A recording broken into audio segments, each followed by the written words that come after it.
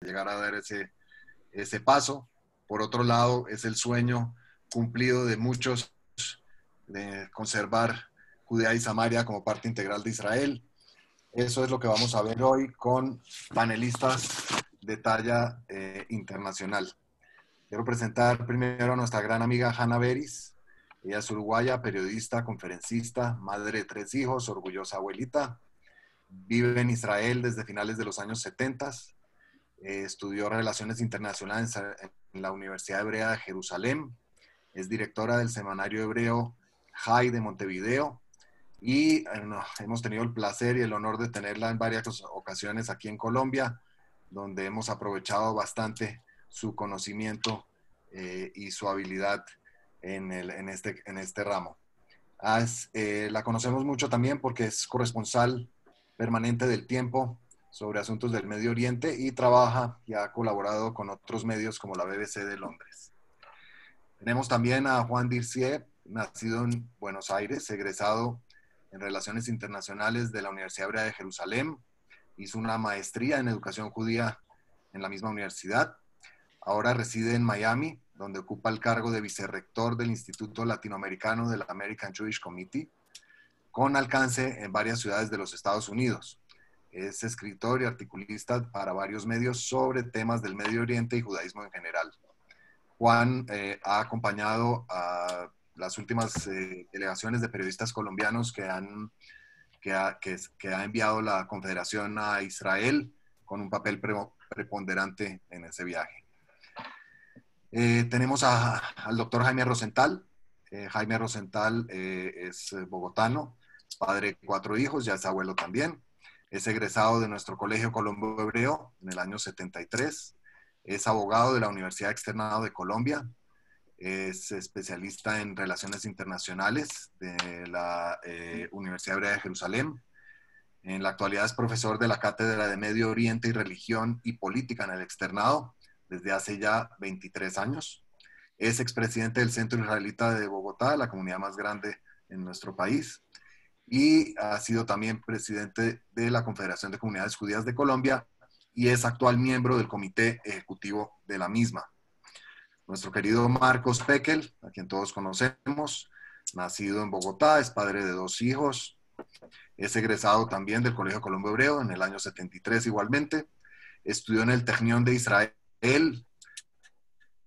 tuvo una maestría en McGill en Canadá y tuvo relaciones internacionales en Oxford.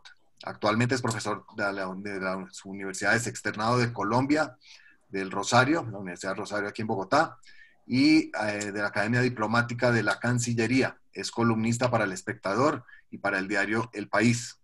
Es expresidente del Centro Israelita de Bogotá y de la Confederación de Comunidades Judías de Colombia, de la cual en este momento es su director ejecutivo. Y de igual manera es miembro del Comité Ejecutivo del Congreso Judío Mundial. Los dejo entonces en compañía de Marcos para que demos inicio a esta charla virtual, que sin duda alguna será de gran interés para todos nosotros. Muchas gracias. Muchísimas gracias, León. Muchísimas gracias a todos los que están participando en esta actividad virtual ya tradicional de los espacios del domingo y a nuestros panelistas para este tema que no podía ser de mayor actualidad.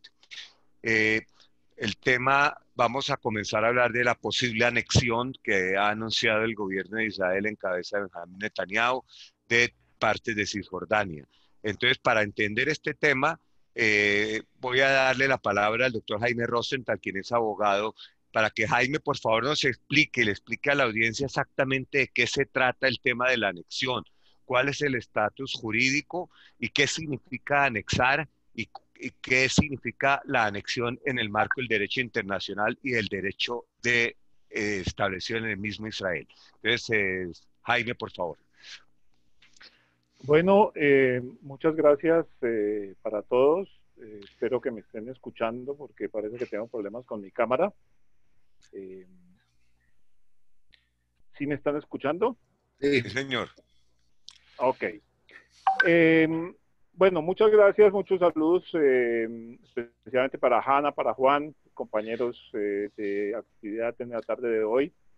El tema de la anexión es un tema que desde mi punto de vista particular es un tema más político que legal, aunque tiene sus implicaciones legales.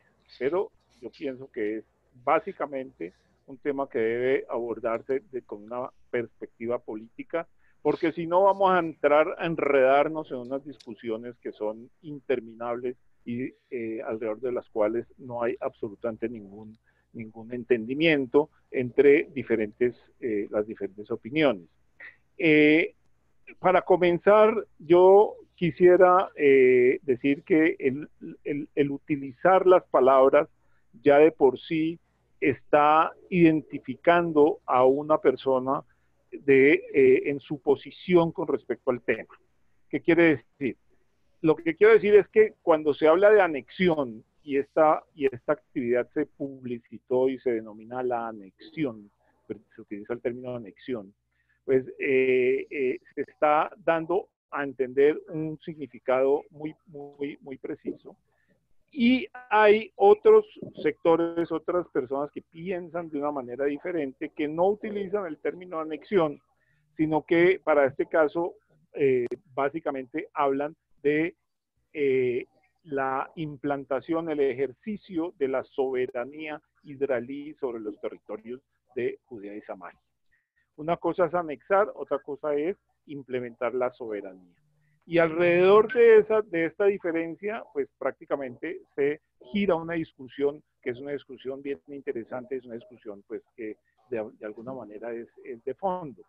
Cuando nosotros hablamos de anexión, primero que todo, estamos haciendo referencia a un territorio que no es propio.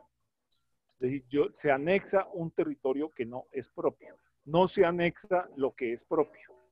De manera que quienes consideran que los territorios de Cisjordania, Judea y Samaria son territorios que no pertenecen a Israel, pues hablan de anexión. Quienes consideran que los territorios sí pertenecen a Israel y le pertenecen históricamente al pueblo judío, están hablando en este momento de lo que se va a hacer es implementar o ejercer soberanía sobre unos territorios sobre los cuales hasta el momento Israel no había ejercido su soberanía. Entonces, esta última posición supone la existencia de un título al cual yo me puedo pegar, por decirlo así, para justificar por qué estoy diciendo que esos territorios le pertenecen a Israel. Y aquí surge la primera tesis, de las dos tesis enfrentadas surge la primera tesis. La primera tesis es la que afirma que Israel tiene derechos históricos sobre toda la Palestina histórica. Israel tiene derecho a toda la Palestina histórica. ¿De dónde sale ese derecho de Israel a toda la Palestina histórica? Nace de la conferencia de San Remo en 1920, exactamente hace 100 años, donde las potencias triunfantes de la Primera Guerra Mundial aprobaron el mandato, de acuerdo con el artículo 22 del Pacto de la Sociedad de las Naciones, el mandato británico sobre Palestina. ¿Qué importancia tiene el mandato?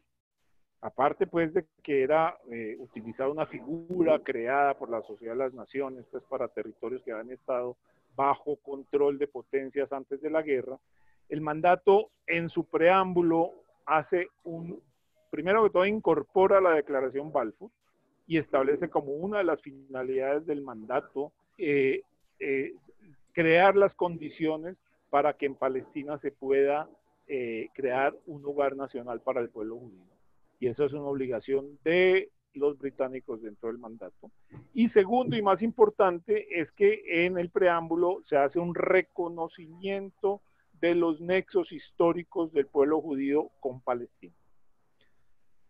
El texto del mandato es aprobado en la conferencia de San Remo y posteriormente es refrendado por la Sociedad de las Naciones. Al ser refrendado por la Sociedad de las Naciones, adquiere el estatus de un documento de derecho internacional. Es un documento de donde surgen derechos, ¿sí? Y esos derechos pues son para ejercerlos.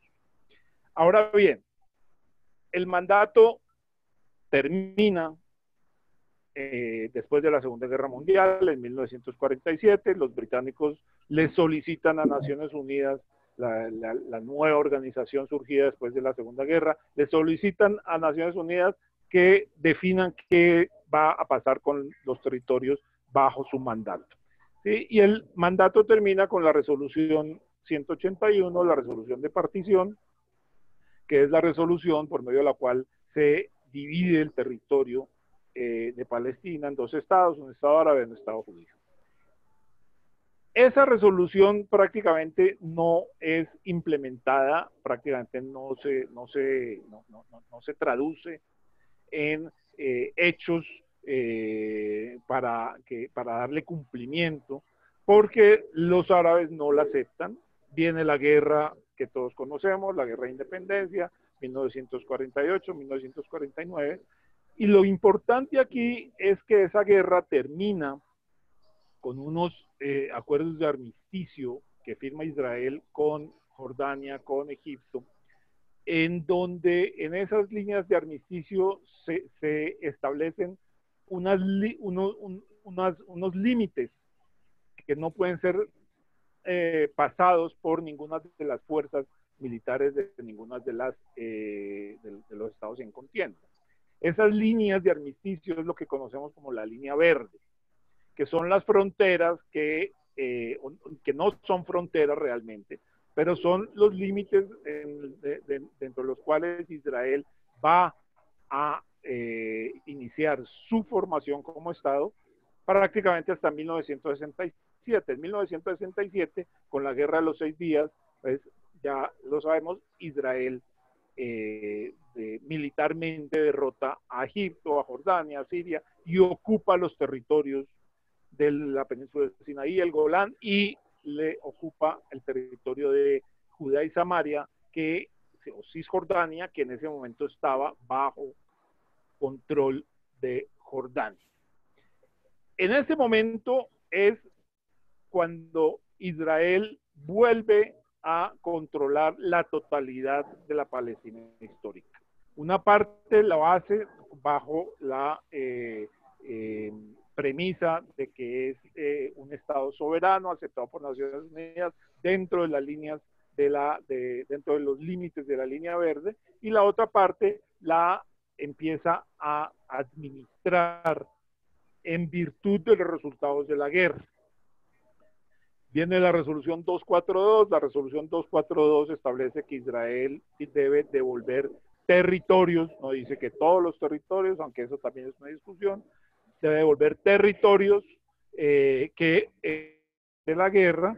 ¿A cambio de qué? A cambio de paz, a cambio de una negociación en donde prácticamente se terminen todas las controversias que, entre otras, dieron origen a la guerra.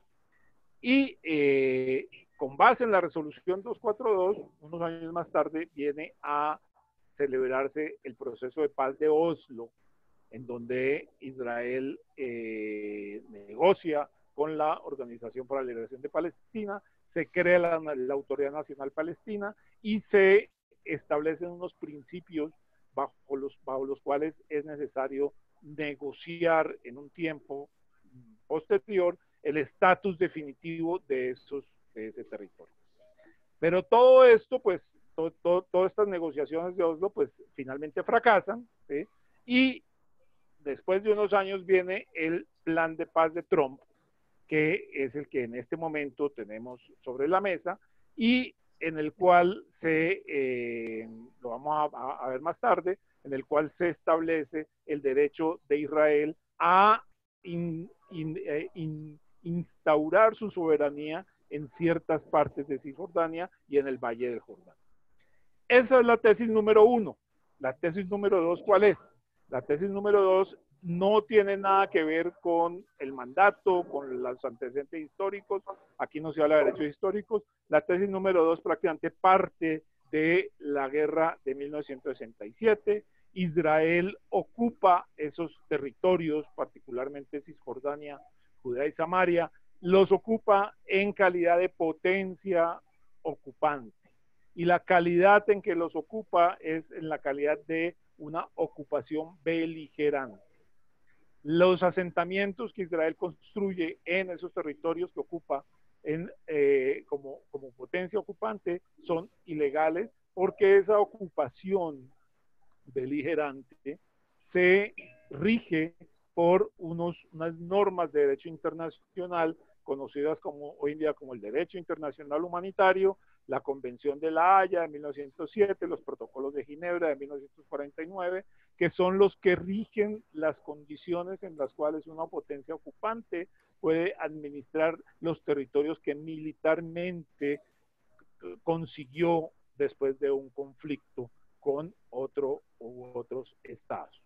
La línea verde, de acuerdo con esta segunda tesis, es internacionalmente reconocida como las fronteras de Israel, y los asentamientos, como decía, son totalmente ilegales. Los asentamientos contradicen la resolución 242, que ordena a Israel devolver los territorios, pero sobre todo los asentamientos son materia de una resolución posterior del Consejo de Seguridad, que es la resolución 2334 de 2016, bajo el gobierno en Estados Unidos de Barack Obama. Estados Unidos no se opuso a esa resolución, donde abiertamente en esa resolución se dice que los asentamientos son totalmente ilegales. Hay una parte de esa resolución 2334 que me parece importante subrayarla, que es el numeral 3, donde dice que Naciones Unidas no va a aceptar ninguna modificación a la línea verde, a las fronteras de junio de 1967, salvo que sean producto de un acuerdo entre las partes.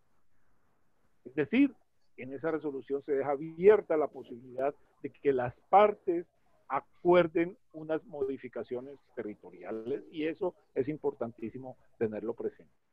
¿Cuál es el problema de la tesis? ¿Cuál es el problema de la tesis? Ok. ¿Cuál es el problema de la tesis 1? El problema de la tesis 1 es que prácticamente fuera de ciertos sectores de Israel, especialmente la derecha nacionalista, partidos religiosos, y la declaración de Pompeo de enero de este año, prácticamente nadie más la acepta. Nadie más se refiere a el mandato como una fuente de derechos. ¿Cuál es el problema de la tesis número 2? El problema de la tesis número 2 es que la ocupación beligerante es un concepto que debe aplicarse después de un conflicto entre estados. Y los palestinos nunca tuvieron soberanía sobre el territorio de Judea y Samaria, y por lo tanto ahí no aplica el concepto de ocupación beligerante.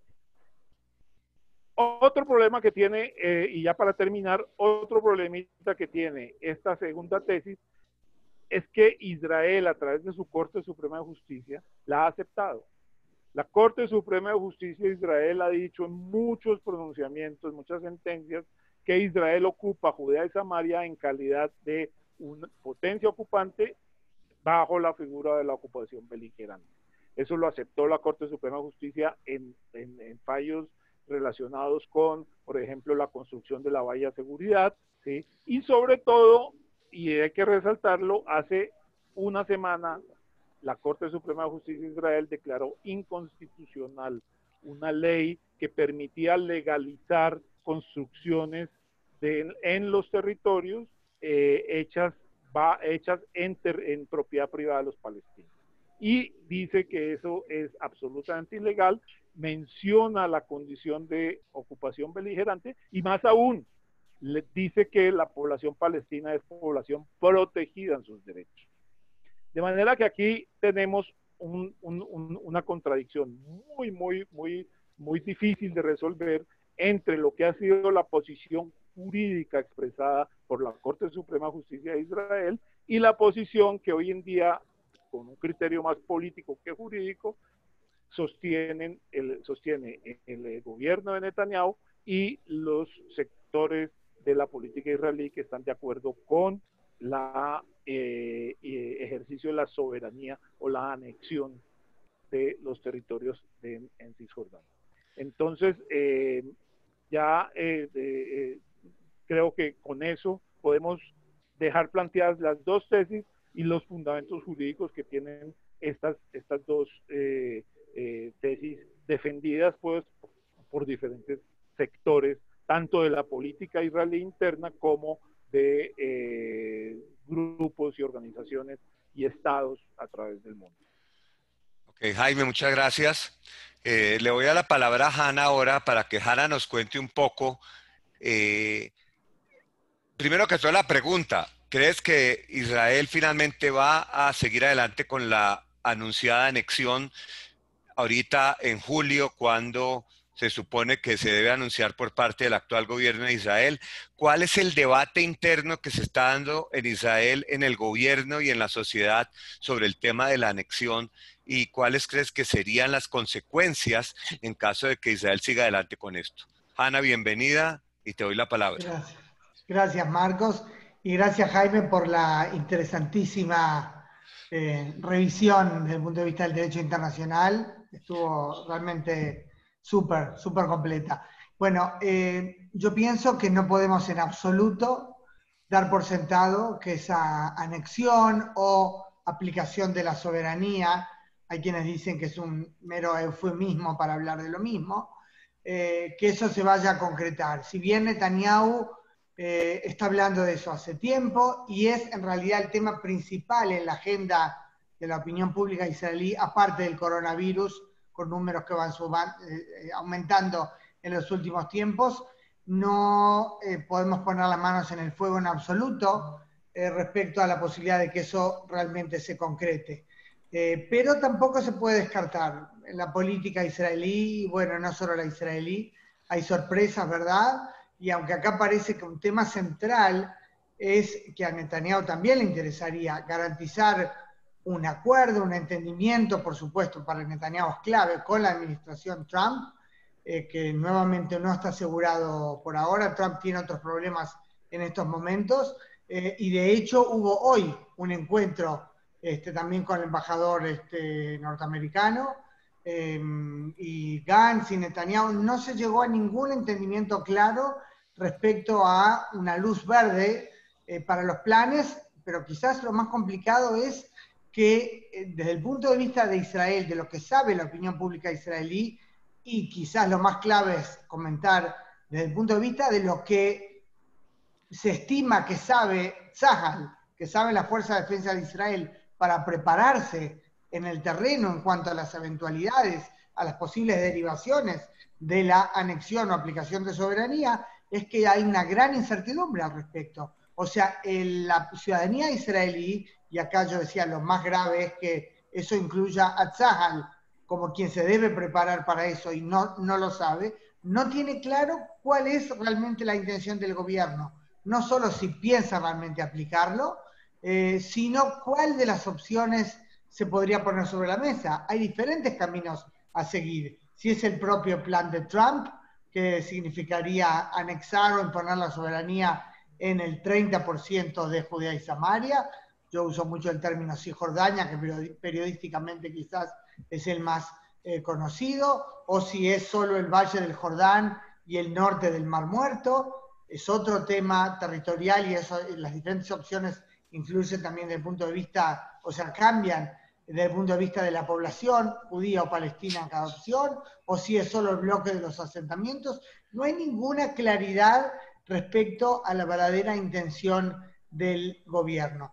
Yo pienso que acá un tema clave es plantearse por qué hasta ahora, o sea, por qué ahora hablar de esto, si hasta ahora, desde 1967, nunca se dio el paso de tratar de anexar o de imponer la soberanía israelí, de declarar soberanía israelí en los territorios en disputa en Judea y Samaria, tampoco en los gobiernos diversos de Netanyahu, que como sabemos ya está hace más de 10 años en el poder, tampoco cuando estaba al frente el gran ideólogo de Herut Menachem Begin, que trató de hacer un programa de autonomía, ¿verdad?, allí en Judea y Samaria. Cuando estuvo Ariel Sharon, no se decidió imponer la soberanía israelí. O sea, cabría preguntarse por qué tampoco gobiernos que ideológicamente son afines, por supuesto, o eran afines digamos, a la visión de Judea y Samaria como parte de la tierra histórica de Israel, no lo impusieron, no dieron este paso. Quiere decir que yo me imagino que aparte, por supuesto, puede ser de consideraciones de complicaciones políticas, podía haber, quizás entendieron que en el balance las complicaciones iban a ser mayores que lo que podía aportar dar ese paso. Y les digo, estaba releyendo hoy un interesante análisis del INSS, es el Instituto de Estudios de Israel National Security Studies, del Instituto de Estudios Instituto de Nacional de Seguridad Estudios Nacional. Estratégicos. Sí, de estudios de seguridad nacional. Israel Institute for National Security Studies. Bueno, muy interesante, es el gran centro de investigación de Israel.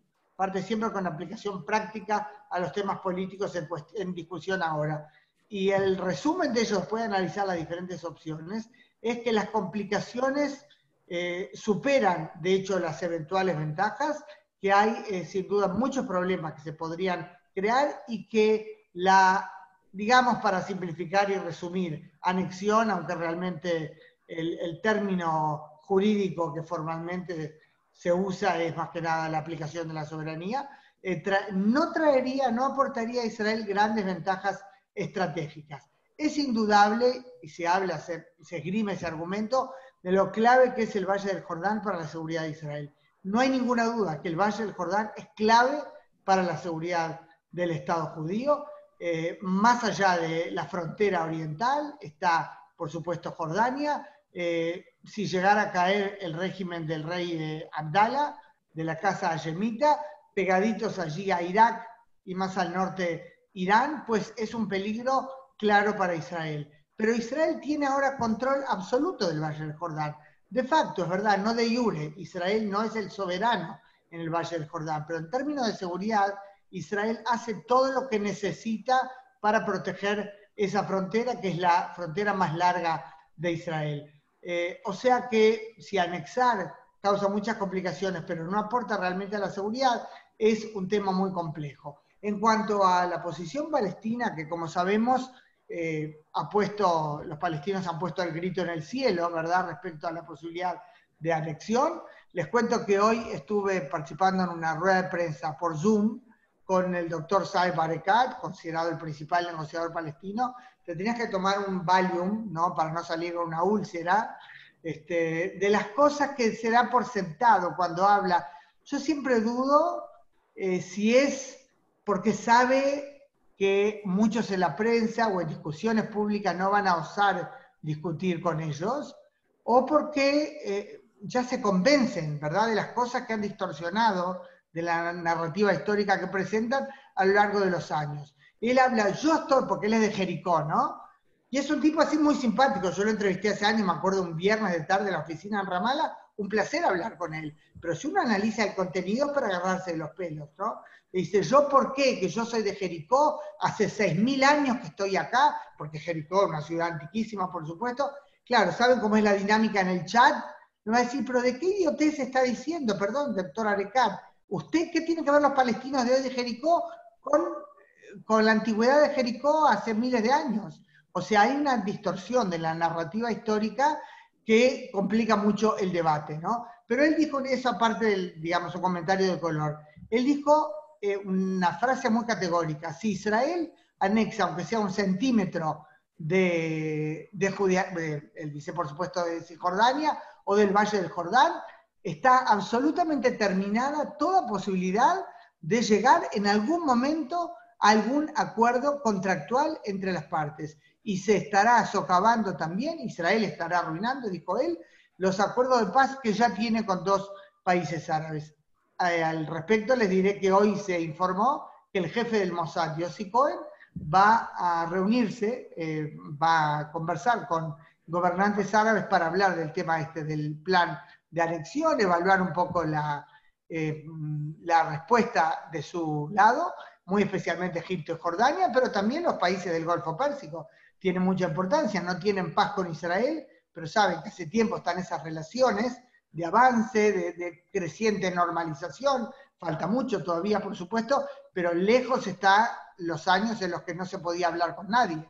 Sin duda en eso ha mejorado mucho la situación y la gran pregunta es si una implementación del plan de anexión va a arruinar todo eso. Al respecto hay diferentes opiniones entre los jefes de seguridad. Dicen que, no es que me lo han dicho a mí personalmente, no hablé ni con el jefe del Mossad ni con el jefe de Tzal, pero dicen que el jefe del Mossad, Yossi Cohen, está menos preocupado respecto a las eventuales derivaciones de seguridad que, por ejemplo, la cúpula de Tzal, que piensan que en el terreno va a haber un estallido muy, muy grande, muy problemático.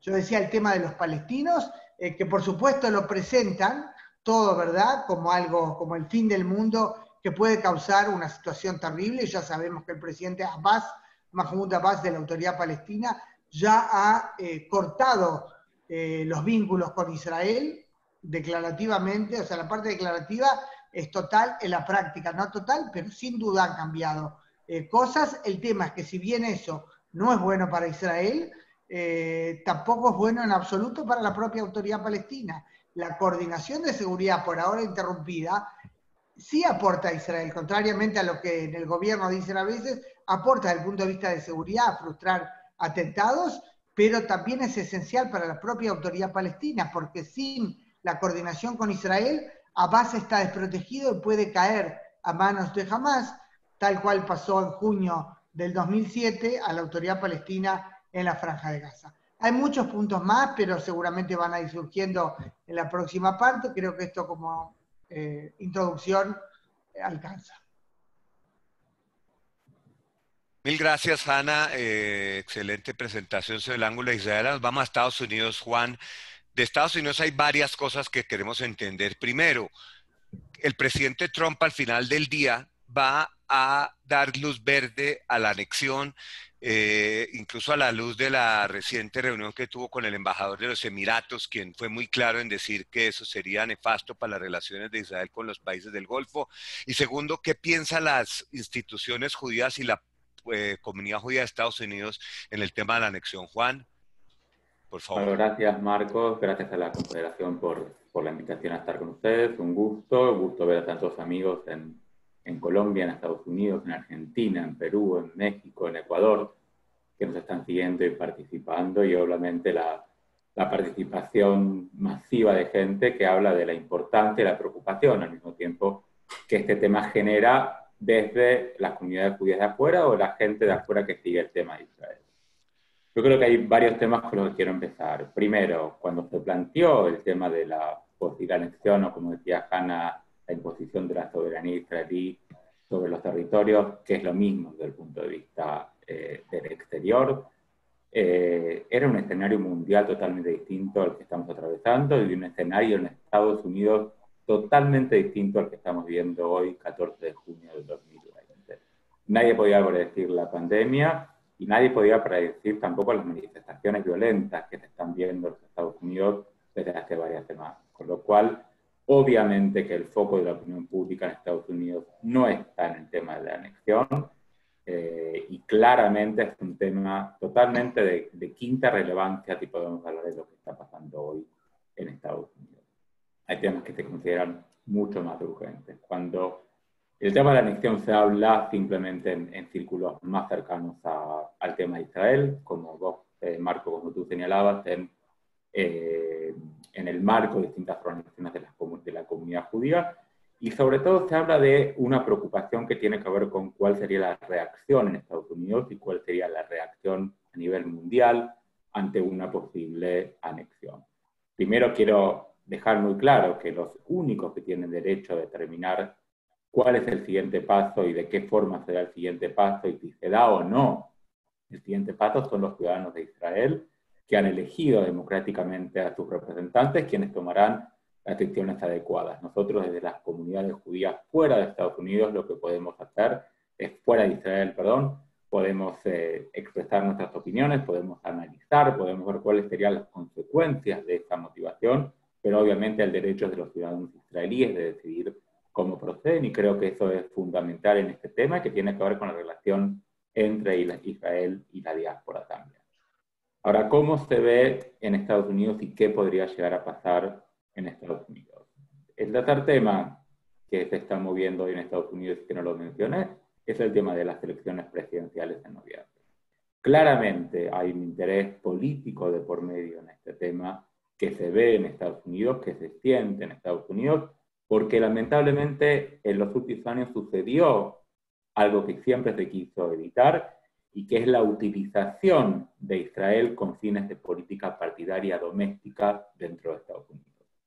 Hasta hace unos pocos años hay un consenso que podría decir casi absoluto en los Estados Unidos, en los dos partidos mayoritarios, el Partido Demócrata y el Partido Republicano, que la relación entre Israel y Estados Unidos era incuestionable, que la relación entre Israel y Estados Unidos estaba basada no simplemente en cuestiones estratégicas, sino basada en valores que ambos países compartían, como por ejemplo la democracia, las igualdades, las libertades, y que por eso esta relación era incuestionable y sostenida durante el tiempo. Lo que estamos viendo en los últimos años es un cuestionamiento a la necesidad de continuar o no con esta relación tan particular que existe entre Estados Unidos e Israel, sobre todo en un sector mayoritario, o no mayoritario, un sector creciente dentro del Partido Demócrata, en el ala más progresista del Partido Demócrata, que critican abiertamente esta relación y que obviamente ven con mucha preocupación cualquier tipo de movida como una posible anexión. Pero vamos a ir un poquito más adelante. Tenemos que entender que la comunidad judía en Estados Unidos es claramente demócrata. La comunidad judía en Estados Unidos vota en las elecciones presidenciales aproximadamente entre un 75 y un 80% a favor de los candidatos demócratas. Con lo cual nos encontramos en estos últimos años en una radicalización del Partido Demócrata que empieza a cuestionar esta relación con Israel, cuando los propios judíos americanos son tradicionalmente demócratas y ocupan posiciones de liderazgo en el Partido Demócrata hace años y son grandes activistas dentro de la arena política. Ahí, por eso el tema de la anexión va a tener un significado y un impacto muy fuerte dentro de la comunidad judía en este momento, como quizás no tuvo en el pasado. Ahora, HAC, el American Jewish Committee, claramente tiene contactos con todos los gobiernos del mundo, incluidos gobiernos que no tienen relaciones diplomáticas con Israel. Y hace unos días tuvimos una conversación pública con la embajadora de los Emiratos Árabes Unidos ante Naciones Unidas, y la semana pasada hubo otra conversación pública con la embajadora de Jordania en Washington. Y el mensaje que recibimos fue muy claro: una preocupación muy grande tanto de Jordania como de los Emiratos ante una posible anexión, hablando, en el caso de los Emiratos, de qué pasaría con una potencial anexión en la relación entre Israel y los países del Golfo Árabe, que está progresando, que ha llegado a niveles de visibilidad pública sin precedentes, donde hay una expectativa de ir a pasos adelante, pero el impacto absolutamente negativo que tendría la anexión ante esta dinámica. El día de hoy se abrió oficialmente el Global Forum del HAC, la reunión anual del American Jewish Committee, que se iba a hacer en Berlín y lamentablemente se está haciendo esta vez en forma virtual. Y la primer ministra de Alemania, Angela Merkel, en su discurso inaugural, muy claramente dijo su compromiso con la solución de dos estados y su compromiso con dos estados viviendo uno al lado del otro. Y este es el mensaje que venimos escuchando también de los ministros de Relaciones Exteriores de la Comunidad Europea, donde claramente el mensaje es cuidado, porque si la anexión va a implicar la desaparición de la posibilidad de dos estados, un estado palestino y un estado israelí, claramente muchos países de Europa van a tomar medidas que podrían afectar económicamente, políticamente, académicamente a Israel, y no van a titubear en tomarlas. Tenemos que entender que la Comunidad Europea, la Unión Europea, no tiene una política única en política exterior, pero sí varios de los países de la Unión Europea han expresado que no se quedarían callados frente a una eventual anexión. La siguiente pregunta, Marcos, es ¿qué implica la anexión y qué dimensión tiene esa anexión? ¿No? Si estamos hablando de anexar la totalidad, una parte, solamente los asentamientos, solo un sector de los asentamientos. Y esta es una pregunta que nadie todavía conoce la respuesta, por lo menos no oficialmente. Obviamente que cuanto más grande, cuanto más sector geográfico, cuanto más población palestina incluya una posible anexión, las respuestas serían mucho más duras de todos estos grupos que expresan su oposición. Cuanto más limitada y puntual sea esta anexión, quizás la respuesta sea más blanda y menos crítica. Pero claramente va a ser un tema que la comunidad internacional alertó que no va a dejar pasar y que no se va a quedar callada. Acá en Estados Unidos, sigue la última pregunta, Marcos, es cómo reaccionaban las instituciones judías. Las instituciones judías en Estados Unidos reflejan la diversidad de la comunidad judía en Estados Unidos, con lo cual hay instituciones más a la izquierda que son absolutamente críticas de esta situación, instituciones hacia la derecha, muy alineadas con el presidente Trump, que expresaron su absoluto favoritismo y hasta alientan al presidente Trump a avalar cualquier movimiento que llega a hacer el primer ministro Netanyahu en este tema. Lo que queda muy claro es que la posibilidad de la anexión no depende solo, en este caso, del gobierno de Israel, sino que depende del apoyo que le dé o no el gobierno del presidente Trump al primer ministro Netanyahu para definir hasta dónde se da esa anexión, cuándo se da esa anexión y cómo se da esa. Muchas gracias, Juan. Voy a hacer una contrapregunta a Hanna. Hanna, ¿hay un verdadero debate en la calle en Israel al respecto de la anexión? ¿Hay realmente un debate que pueda llevar a alterar cualquier acción del gobierno de Israel? ¿O prácticamente la calle está como paralizada y el gobierno puede tomar cualquier decisión que quiera, entendiendo que el gobierno en este momento tiene una división entre Netanyahu por un lado y Gantz Ashkenazi por el otro? No, yo no diría que realmente es una situación de gran debate en la calle. Por supuesto que salen en los medios, sondeos, ¿verdad?, de opinión pública. Por ejemplo, hace poco salió un informe del Instituto Israelí de Democracia diciendo que el 53% de la población decía sí a la anexión, o sea, es una mayoría con un margen estrecho. El 29%, 28% estaba en contra y el resto no tenía opinión, no se manifestaba en forma clara al respecto. No diría que es algo que arde en la calle, pero sin duda a nivel de, digamos, los elementos relevantes, sí o no, digamos, los factores, lo que en hebreo se llama nefashot poalot, las almas que operan aquí en todo esto, claro que tienen opiniones distintas que se hacen oír. Creo que uno de los elementos más interesantes es la división dentro de la propia derecha, porque si lo analizáramos en forma simplista diríamos, la derecha está toda a favor, lógico, anexar parte de la histórica tierra de Israel, la promesa bíblica, y que la izquierda está en contra, pero no es así. En la derecha, inclusive el liderazgo de la población judía en los asentamientos, comúnmente llamados los colonos, recordemos que hay más de 400.000, no sé exacto la cifra en cuanto hasta ahora, 132 asentamientos, 30 de ellos en el Valle del Jordán, tienen distintas posiciones. Por ejemplo, en el propio Consejo Yesha, Moetzet Yesha, que es el consejo representativo de la población judía, de los asentamientos, el jefe, que es también el jefe del Consejo Regional del Valle del Jordán, está duramente en contra porque dice, no contra la noción de anexión, claro que quisiera que eso se implemente, sino contra el mapa del plan de Trump. El mapa es realmente muy complicado. Acá ya entramos en la segunda parte, ¿verdad?, del plan de Trump, concretamente. El mapa, por un lado, es indudable. Cuando se reveló el plan, estaba claro que era, digamos, la propuesta más favorable que Israel habría recibido alguna vez, o sea, la opción de plan más favorable que determinaba precisamente este tema de declarar la soberanía israelí en todos los asentamientos, no tener que desalojar a nadie de los asentamientos. Eso era algo evidentemente muy importante, reconocer a Israel.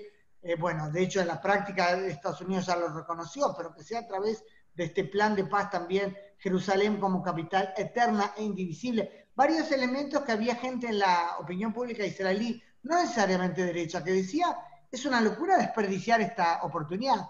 Por otro lado, en el terreno no era nada sencillo. Por ejemplo, el mapa mismo crea una situación de un queso suizo muy, muy complicada. Crea, por ejemplo, una de las opciones, crea, por ejemplo, la posibilidad de, y ahora cuando empieza a enloquecerse la pantalla porque están tratando de subir algo, el plan, ahí está.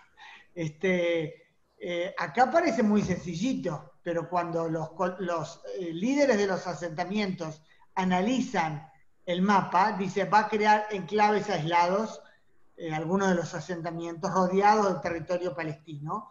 Una complicación de una de las opciones, por ejemplo, la del plan de Trump mismo, es que se crea, de hecho, por todas las vueltas, ¿no? Por donde pasa, por donde se rodea, crea una frontera de 1.600 kilómetros con los palestinos. Algo como es una locura en la práctica para defenderlo y para que sea algo viable. O sea que es muy complicado. Ahora, el tema central de la discusión en la derecha es que, por un lado, quienes están a favor dicen la soberanía es clave, pero no quieren implementar otra parte que es central en el plan de Trump, y la contraparte que es la creación de un Estado palestino, no en forma inmediata. Quieren solo una parte, la que les conviene o consideran que les conviene de la soberanía, pero no quieren la parte relacionada a dar independencia, o sea, un Estado independiente a los palestinos. Los palestinos, por otro lado, consideran que esta es una opción terrible, el plan de Trump. La pregunta es en qué medida es un análisis realmente del mapa que ven o ese reflejo automático casi que tienen de rechazar prácticamente todas las propuestas que les son presentadas, que sabemos se les ha presentado cosas mucho más arrojadas y no me gusta mucho el término generoso, ¿no? Pero porque es como que se les hace un favor, pero sí en cuanto a cosas de largo alcance, cuánta parte del territorio, división de Jerusalén, como sabemos, tantas cosas que les han sido ofrecidas en Camp David, en Taba, en fin, para los parámetros de Clinton, y siempre dijeron que no. O sea que hay acá muchas complicaciones concretas con el plan de Trump. Yo no veo ahora cómo se implementa, de modo que sea viable y no conduzca a un estallido imparable. Jaime, el plan de Trump que lo tenemos acá, ¿cómo se compara con otros? ¿Y usted considera que ese plan está todavía vivo o ese plan nació muerto? Mire, yo he dicho que el plan de Trump es un plan atrevido. Atrevido en dos sentidos. Atrevido porque de una y de entrada le concede a Israel todo, absolutamente todo lo que siempre ha querido, y le niega a los palestinos todo también lo que han esperado, sin que medie una negociación. Afortunadamente en el plan se habla de que tiene que haber una negociación, y esa negociación, pues, sobre la base de este mapa que estamos hablando, pues es prácticamente imposible. Ahora, es atrevido también porque rompe con paradigmas. ¿Qué quiere decir?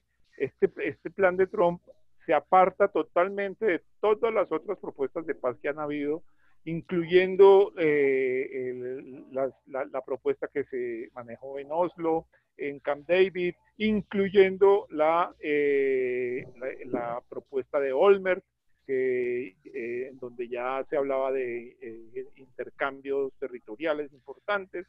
Entonces, aquí se rompe con todo eso porque, entre otras cosas, el gran error de las anteriores propuestas es que dejaba los temas importantes para el final, y al final nunca se llegó y por lo tanto fracasó. Este plan arranca por el final. Dice, esto es el resultado de las negociaciones que tienen que darse entre Israel y los palestinos. Este es el resultado. A partir de ahí negociamos. Ese básicamente creo yo que es el mensaje. Pero hay algo a mí que me preocupa mucho más que el puro aspecto territorial. Aquí estamos hablando no solamente de territorios, aquí estamos hablando de personas. Aquí estamos hablando de que, por decir algo, en el Valle del Jordán habitan 50.000 palestinos. ¿Qué va a pasar con esos 50.000 palestinos? El gobierno dice, no, es que no se les va a dar la nacionalidad israelí, se les va a dar otro tratamiento. A ver, si a lo que vamos con este plan, que está, no es que haya nacido muerto ni nada por el estilo, sino que simplemente está llamado a fracasar porque una de las partes no lo acepta totalmente una parte, pero la otra no quiere hablar de eso, ¿sí? Entonces, si a lo que vamos es a que Israel va a tomar decisiones unilaterales, sin negociaciones previas, pues el resultado final es un Estado binacional. El resultado final es que Israel a la larga va a ocasionar el colapso de la Autoridad Nacional Palestina. Israel va a tener que hacerse cargo de la población palestina de Cisjordania. Y si sumamos Gaza, Cisjordania y la población árabe israelí, vamos a tener 7 millones de palestinos viviendo bajo el control y bajo la responsabilidad israelí. Entonces ahí surge la pregunta, bueno, ¿qué queremos? ¿Queremos un Estado judío? Yo personalmente quiero un Estado judío. Yo quiero un Estado judío. Para mí Israel debe ser el Estado-nación del pueblo judío, donde ejerza su autodeterminación libre absolutamente de cualquier otra presión. Pero yo no puedo tener un Estado judío que no sea democrático. Y para tener un Estado judío y democrático yo tendría que darle a esos 7 millones de palestinos, tendría que darles igualdad de derechos con la población judía. Y ahí se me forma el problema demográfico, etcétera, etcétera, y ya entraría en riesgo el carácter judío del Estado. Es lo más antisionista que puede haber. El hecho de que Israel pierda su carácter judío y pierda la oportunidad de consolidarse como el Estado-nación del pueblo judío. Ahora, miremos la historia y nos vamos a dar cuenta de que a Israel le ha ido bien negociando. Israel, cuando ha tomado medidas unilaterales, le ha ido como a los perros en misa. Cuando Israel se retiró del Líbano, dejó a Hezbollah en la frontera norte. Cuando Israel se retiró unilateralmente de Gaza, inmediatamente llegó Hamas y ahí tenemos el problema armado. Negociando Israel, ¿qué ha conseguido? Ha conseguido una paz con Egipto, que le ha permitido tener una tranquilidad por ese lado con uno de los países árabes más grandes y más influyentes. ¿Sí? Tiene un tratado de paz con Jordania que lo está poniendo en riesgo con estas medidas de anexión. Israel no, desde el punto de vista de la opinión de muchos exmilitares y de think tanks como el de Instituto Nacional de Estudios de Seguridad, etcétera, etcétera, todos coinciden en que Israel no necesita el Valle del Jordán desde el punto de vista de su seguridad. Israel ha controlado el Valle del Jordán a través de un tratado de paz que tiene con Jordania y a través del otro gran logro que a mi modo de ver ha tenido Israel negociando, ¿sí? Que es los acuerdos de Oslo. Para mí los acuerdos de Oslo son muy buenos, son muy positivos. Le han permitido a Israel entablar una relación de colaboración con la Autoridad Nacional Palestina que le ha permitido mantener una relativa calma en la población palestina de Cisjordania. No así en Gaza, porque tomó la decisión unilateral de retirarse sin ninguna contraprestación. Entonces, para mí el tema pasa por la negociación. Y así lo dice la resolución más negativa contra Israel que ha emitido el Consejo de Seguridad en los últimos años, que es la 2334. Es una resolución supremamente hostil contra Israel, que condena a Israel por todo lo que ha hecho en los 50 años que ha mantenido la administración de los territorios. Pero en un parrafito dice, salvo que las partes se pongan de acuerdo. Entonces, hombre, negociemos. Ahí veo en la prensa que los palestinos están ya hablando de una nueva propuesta alternativa. en donde están de acuerdo con un Estado desmilitarizado y están de acuerdo con intercambios territoriales. Hombre, la vía para mí es negociar, no poner en peligro la seguridad de Israel y no poner en peligro el carácter judío del Estado de Israel y el carácter democrático del Estado de Israel. Yo prefiero negociar y tener un Estado judío democrático, seguro y moral que ir a anexar unos territorios que nadie sabe para qué y por qué están hablando de su anexión en este momento. Eso es lo central. Gracias, Ese argumento, sí. Jaime, es lo central, sin duda. No, yo no había llegado a eso. Lo de judío democrático es lo clave, en mi opinión, aquí. Gracias, Jaime, Hanna. Juan, de vuelta a ti, Washington. En últimas, será Washington, quizás. Nosotros no podemos decir que el gobierno de Israel funciona de acuerdo a los dictados de Washington, pero en este es un tema tan sensible que pensaríamos que sin el aval de Washington, Israel no va a correr el riesgo de un acto como este tan importante, tan trascendental como aplicar la ley israelí o anexar. Las diferencias las explicó Jaime muy bien. Territorios en Cisjordania, que de todas formas no estamos hablando de todo Cisjordania. ¿Qué depende, Juan, cómo va a tomar el gobierno de Estados Unidos esa decisión? ¿Y quiénes están presionando al gobierno de Estados Unidos para una, para otra? Y sí, en el marco de una campaña electoral, donde el presidente Trump vea que alguno de los estados, de los swing states, lo pueda ganar, apoyando a Israel, lo haría. Ese manejo al interior de una administración tan diferente a las demás como esta, ¿cómo se está dando, Juan? Bueno, primero, Marcos, como tú bien decías, la administración Trump tomó una postura totalmente distinta a las administraciones anteriores con respecto a Israel, algo sin precedentes y que refleja claramente una motivación política del presidente, no solo de acercar a la comunidad judía, sino, te diría principalmente, de acercar a la comunidad evangélica, que es una comunidad creciente con un poder económico y político muy importante de los Estados Unidos, y que claramente ve con mucha satisfacción todos estos movimientos que la administración de Trump da hacia Israel. Y cuando digo todos, es porque no nos podemos olvidar que el primer paso de gran magnitud que se dio fue el traslado de la embajada de Estados Unidos de Tel Aviv a Jerusalén, que fue una promesa histórica de varias administraciones republicanas y demócratas que nunca se llegó a concretar hasta la decisión del presidente Trump de hacerlo. Y recordemos que también ese traslado de la embajada se realizó con un costo mucho menor a nivel de seguridad y a nivel político también de lo que algunos anticipaban, y dentro de todo con una transición bastante suave, bastante ordenada y sin los problemas de seguridad que algunos anticipaban. ¿Nos dará esto la idea de cómo podría ser la reacción a la anexión? No lo sabemos, es una realidad totalmente distinta, pero sí podemos decir que el presidente Trump, desde el inicio de su presidencia, desde su campaña electoral, claramente puso en una prioridad absoluta la relación con el Estado de Israel. Ahora, un poquito sobre el tema del plan de paz, Marcos. ¿En qué varió? O sea, ¿qué tiene diferente este plan de paz desde el punto de vista de los Estados Unidos a los anteriores? El primero es que es un plan de paz americano, creado por los americanos, creado de acuerdo a la visión de Estados Unidos en el 2020 de cómo ven ellos la resolución del conflicto.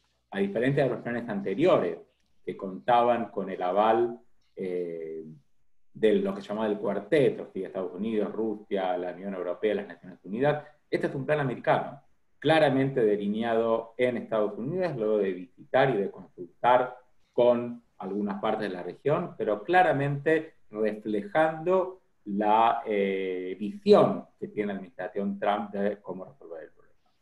Otro tema interesante es que se agrega acá una dimensión regional en la resolución, y que es la incorporación de los países árabes moderados, que ante la amenaza creciente de Irán en la región, han llegado a un acercamiento hacia Israel que no existía cuando se inician los procesos de paz históricos, y que ahora se ven totalmente parte integrales de este mapa del Nuevo Oriente, del nuevo Medio Oriente que el presidente Trump de alguna manera presenta.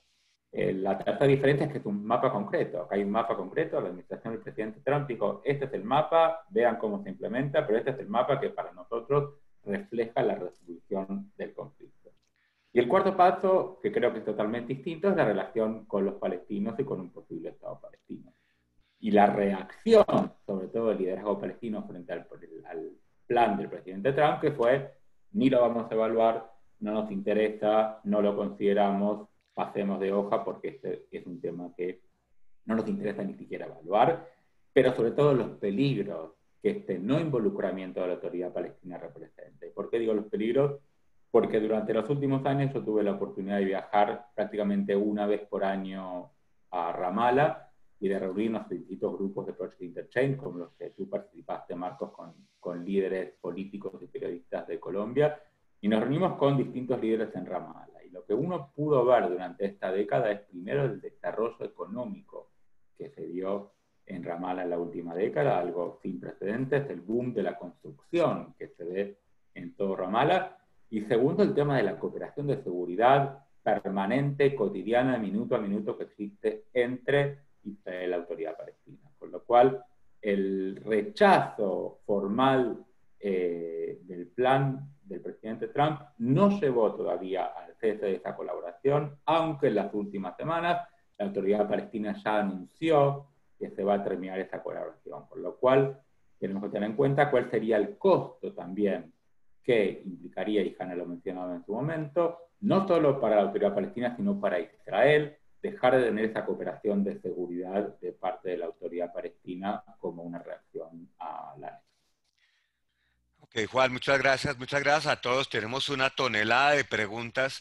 Voy a juntar algunas y se la voy a hacer a algunos de los panelistas específicos y les ruego a nuestros amigos panelistas ser lo más breve posible. Acá tengo una pregunta muy interesante para Jaime. La pregunta dice lo siguiente: si Israel conquistó esos territorios en la guerra del 67, ¿por qué no son de facto de Israel? ¿Qué le impide a Israel simplemente decir que esos territorios son suyos, como podríamos tomar el ejemplo de Crimea con Putin? Por favor, brevedad en las respuestas porque hay muchísimas preguntas. Pues nada más ni nada menos que por la aplicación del derecho internacional humanitario. La conquista de territorios por medios militares está prohibido por la Carta Nacional, por la Carta de Naciones Unidas.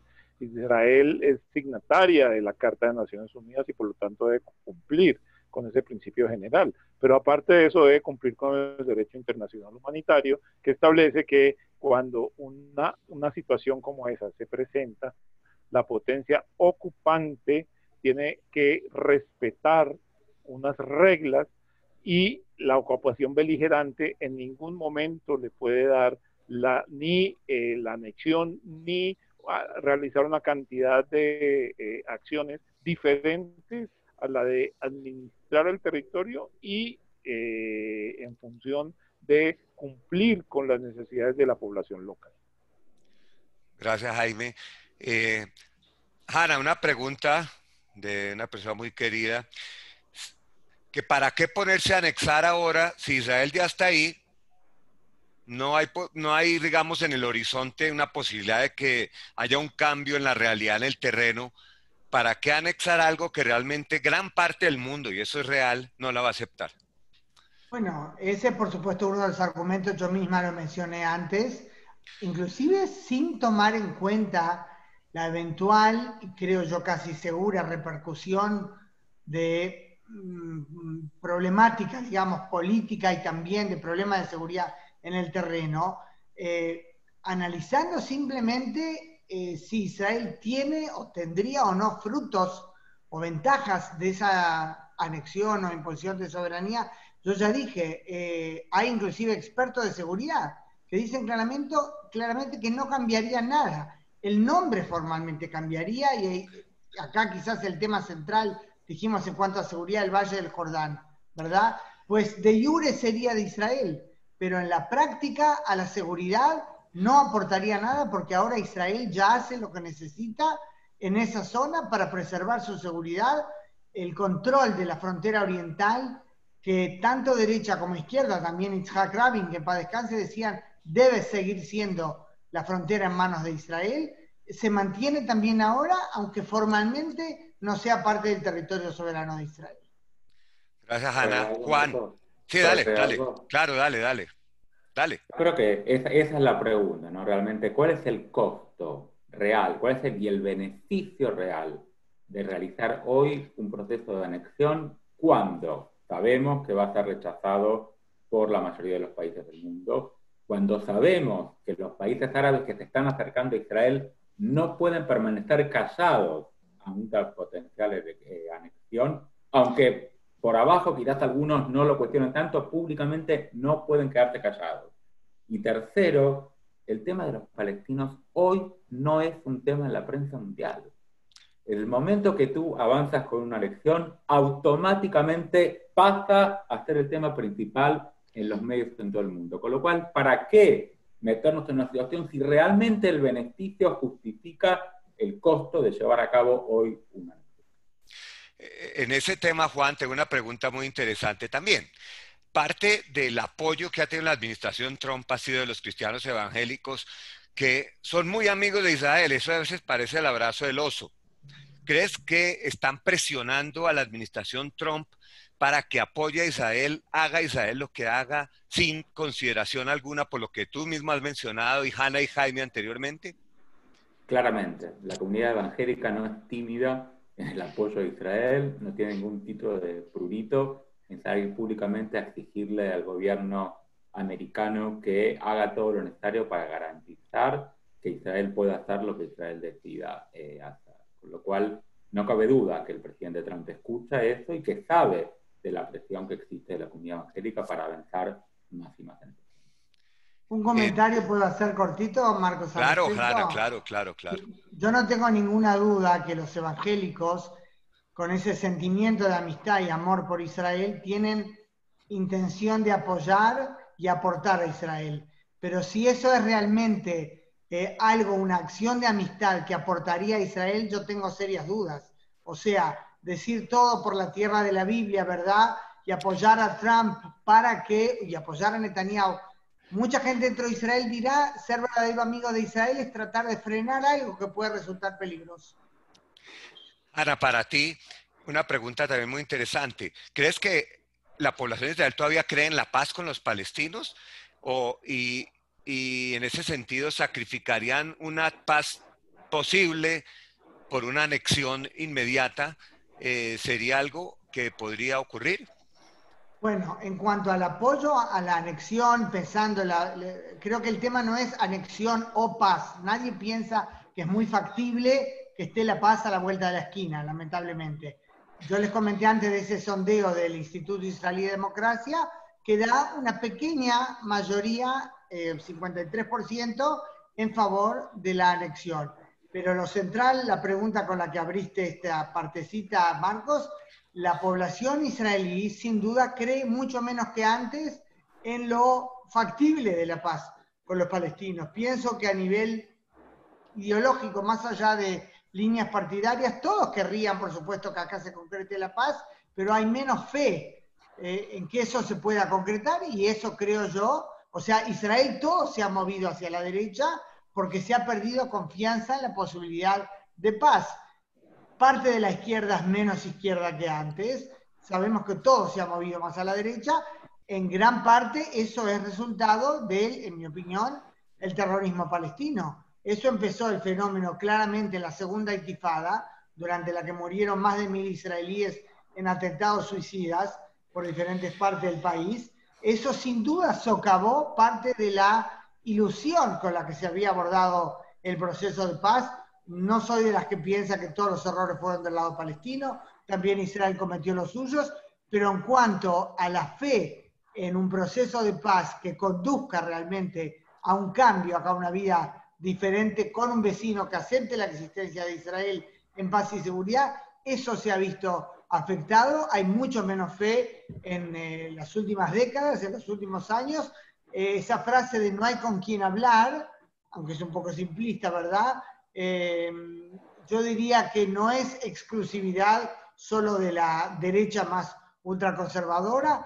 gran parte de la población israelí tiene muchas dudas de cuál es realmente la entidad del interlocutor palestino que antes existía, que creen que ahora es muy, muy problemático, efectúa pagos a los terroristas que perpetraron atentados, se ve digamos, la apología del terrorismo en las redes sociales palestinas, en páginas oficiales de Facebook de Fatah, de la propia autoridad palestina. Todas esas cosas socavan, inclusive en gente que critica al gobierno de Netanyahu, socavan la confianza en la posibilidad de paz en estos momentos con los palestinos. Para Jaime, una pregunta directamente desde Canadá. ¿Usted cree que de darse la anexión con toda la repercusión que eso va a generar, eso podría generar brotes de antisemitismo como ocurre tradicionalmente cuando el Medio Oriente se agita? ¿O este es un caso demasiado técnico que la gente no entendería? No, ¿cómo que la gente no entendería? La gente es mucho más inteligente de lo que uno cree. La reacción en el mundo va a ser absolutamente, digamos, fuerte contra Israel, y siempre que ha habido un problema, o recientemente, por ejemplo, cuando tuvimos las guerras en Gaza, las comunidades judías del mundo se vieron afectadas y el antisemitismo creció. Eso está medido, eso está estudiado. Cada vez que en Israel hay un problema de esa naturaleza, el antisemitismo crece. Y al contrario, cada vez que cuando Israel estaba dentro del proceso de negociaciones de Oslo, la simpatía hacia Israel, digamos que no es que haya crecido, pero se manifestaba de cierta manera, no había una reacción negativa contra Israel. A mí me parece que ese es un factor que el gobierno israelí debería tener en cuenta en el momento de tomar cualquier decisión al respecto. ¿Cuál es el efecto de sus decisiones frente a las comunidades judías del mundo? Y estoy completamente seguro de que en una decisión unilateral de anexar cualquier territorio va a generar una reacción contraria a Israel y a todos los judíos del mundo. Muchas gracias, Jaime. Juan, me preguntan varios acá, sin que lo entiendan realmente o no lo hayan percibido, ¿cuál es realmente esa mejoría de las relaciones entre Israel y los países del Golfo que haga que pueda ser un factor al momento de Israel tomar una decisión? La mejoría se da en temas de intercambio económico, en temas de seguridad, en temas de agua, en temas de economía. O sea, realmente la mejoría de las relaciones entre Israel y los países del mundo es mucho, mucho más de lo que se sabe públicamente, incrementándose en forma exponencial los contactos y los intercambios a niveles que nunca existían antes. No es este el caso con Jordania, por ejemplo. Con Jordania las relaciones son unas relaciones frías, quietas, pero no sin la envergadura ni comercial ni tecnológica que implica la relación con los países del mundo, pero con una repercusión estratégica. No nos olvidemos que la frontera que comparte Israel con Jordania y cualquier movimiento de Israel cerca de la frontera con Jordania o en el tema palestino tiene una repercusión inmediata, y va a tener una repercusión inmediata, y claramente, como decía antes, de la conversación que hubo con la embajadora de Jordania, ella claramente lo dijo. No hay forma que una anexión no impacte en forma negativa la relación con Israel y Jordania. La relación entre Israel y Jordania, punto. Eso es indiscutible, lo dijo ella, y claramente el gobierno jordano lo está mandando el mensaje por todos los lugares posibles para que el gobierno israelí actúe recibo. ¿Va a ser ese un factor que desaliente al gobierno israelí a tomar la decisión? Creo que no. Creo que el gobierno israelí escucha a otros lugares y no necesariamente escucha lo que le digan desde Hamas. Ana, yo quiero que me contestes la misma pregunta. Hay una sensación en Israel de que la relación con los países del Golfo, con Arabia Saudita, con los Emiratos, con Bahrein, con Omán, es tan importante como para evitar dar un paso que es apoyado por cierto sector de la población de Israel y por partidos políticos como es anexar. Durante todos los últimos años, el propio primer ministro Netanyahu destacó repetidamente y bastante asiduamente la importancia de esos avances.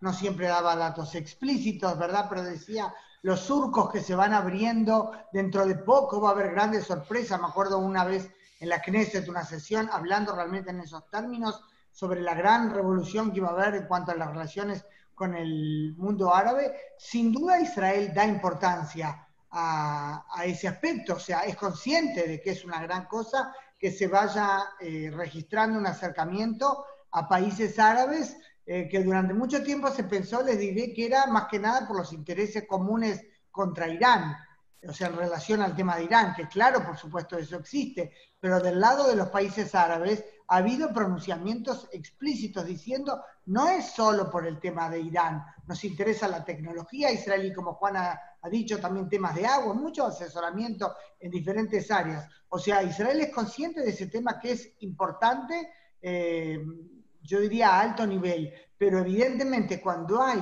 una concepción política, ideológica, de que el camino que hay que seguir es, en este caso, lo de la anexión, puede no verse debidamente o en la proporción debida las otras cosas que podrían sufrir a raíz de eso.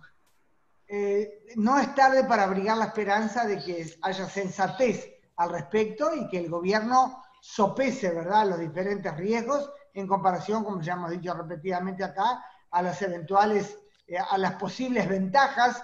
Yo creo que el equilibrio acá entre las dos cosas es bastante claro. Hay muchos más riesgos que ventajas de una eventual anexión. Jaime, hay una pregunta también acá, que si hace mucha diferencia, si Israel puede anexar el 1%, puede anexar solo Male Adumim o Ariel, o puede anexar el Valle del Jordán. Si el tamaño del territorio anexado de Cisjordania, si es el 5% o el 30%, si eso hace alguna diferencia en el tema que usted ha tratado respecto al aspecto jurídico de la anexión y al aspecto político también. A ver, yo creo que en principio, pues, la oposición que hay en el mundo árabe entre los palestinos es a la decisión de anexar cualquier territorio. Sin embargo, hay que ser realistas también, y también los palestinos también tienen que ser realistas. La anexión de los bloques de asentamientos, Male Adumim, Gush Etzion y Ariel, es un tema que ha sido ya materia de discusión entre el gobierno de Israel y representantes palestinos. Y lo han aceptado. Perdón. El plan de Olmert era clarísimo en el ofrecimiento de intercambio territorial, que en su momento Abbas no lo aceptó, pero que en este momento, al parecer, al mismo Olmert, Abbas le dijo que esta vez sí estaba dispuesto a negociar sobre la base de esa oferta o de ese intercambio territorial. El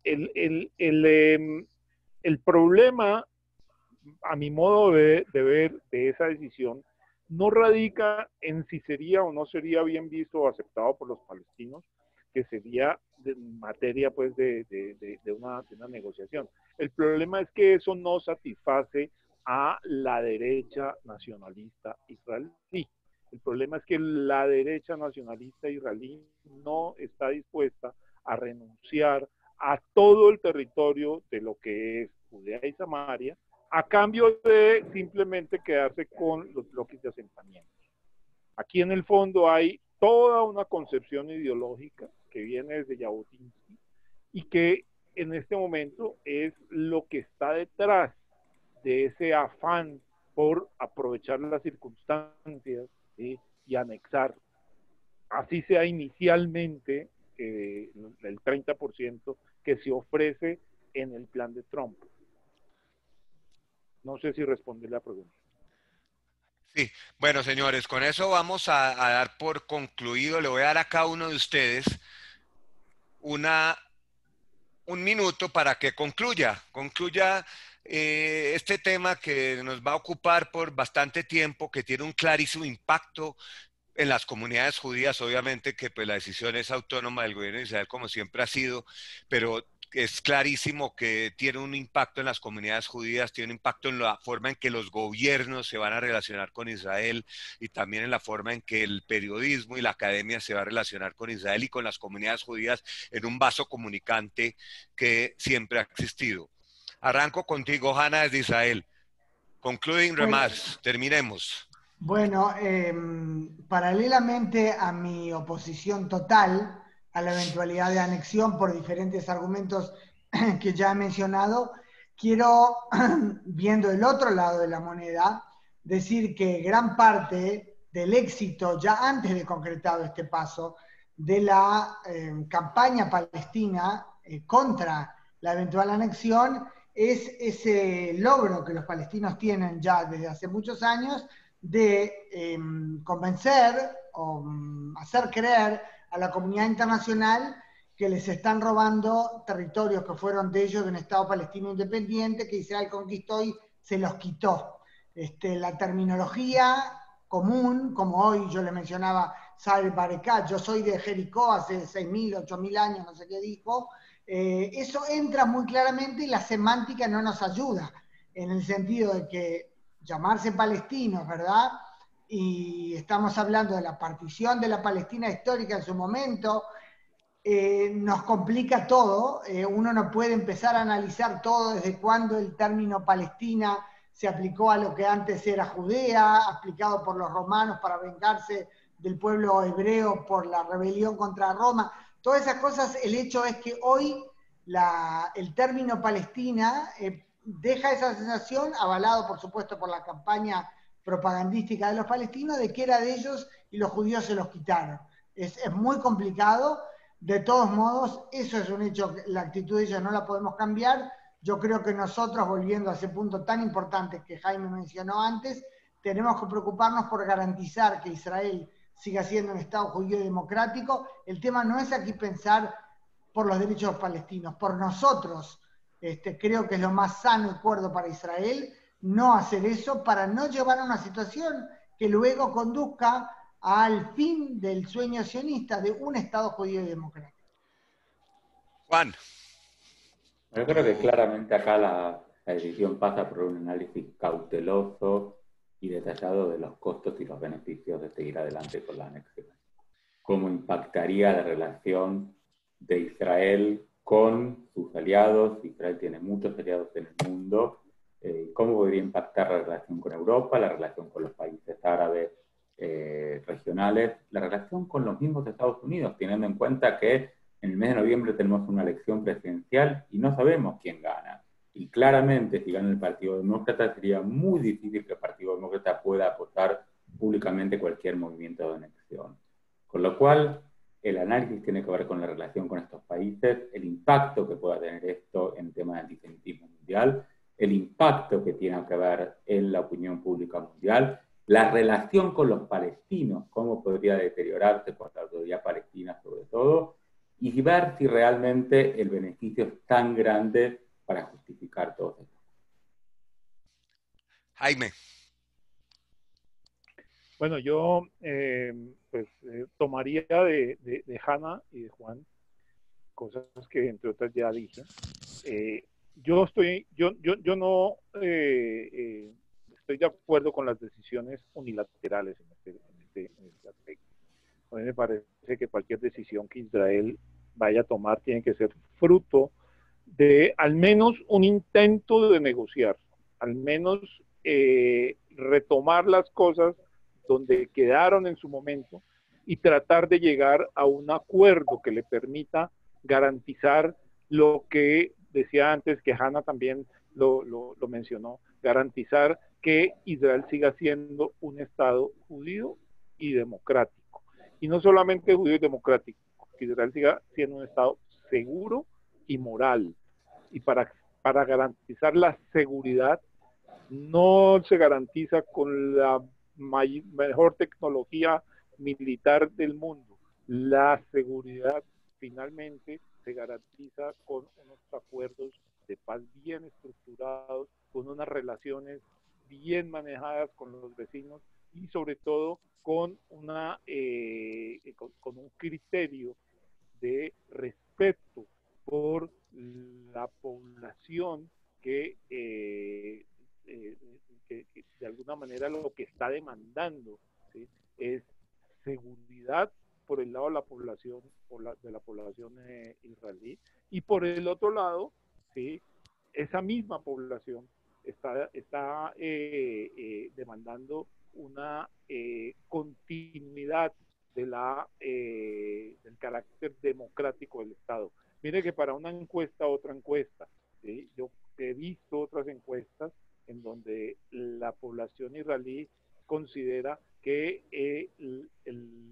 la democracia y las instituciones democráticas son algo que debe prevalecer y debe guardarse de la mejor manera posible. Y cualquier medida que apunte hacia una unilateralidad y que finalmente resulte en la imposición de un dominio sobre una población, sobre la población no judía, apunta al carácter democrático del Estado. Entonces, yo particularmente insisto en que toda oportunidad que exista para negociar, sentarse a negociar, debe ser aprovechada. Y entre tanto, no considero que sea prudente ni favorable, ni favorece a Israel en ningún aspecto unas decisiones unilaterales como las que se están planteando en estos momentos. Señores panelistas, muchísimas gracias. Fue muy, muy interesante. Le doy la palabra a nuestro querido León, miembro de la Junta Directiva de la Confederación, para que despida este panel, despida a los panelistas. León. ¿Está León todavía ahí? No lo encuentro. Sí, ahí está León. León, ¿puedes levantar la manito? Porque 500 personas no te encuentro. Bueno, 246. León. Ahí está, te encontré. Sí. ¿No? Listo. León. León como que no está. Ok. Me aparecía recién. León, ¿está ahí para terminar? No aparece. No. Ok. Hola, ahí está León. Perdón. Sí. Pequeño problema técnico. Sí, ajá. León, para que te concluya, por favor. Muchísimas gracias, muy interesante.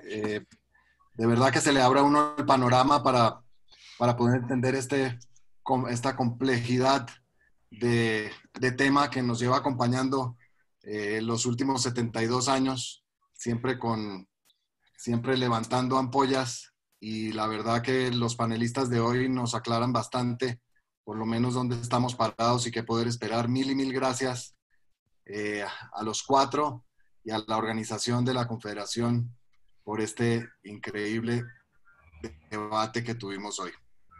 Muchísimas gracias. Gracias, León. Recordamos mañana concierto a las 4:30. Vivi, prenda los micrófonos para la recocha. ¿A las 3? ¿3 o 3:30?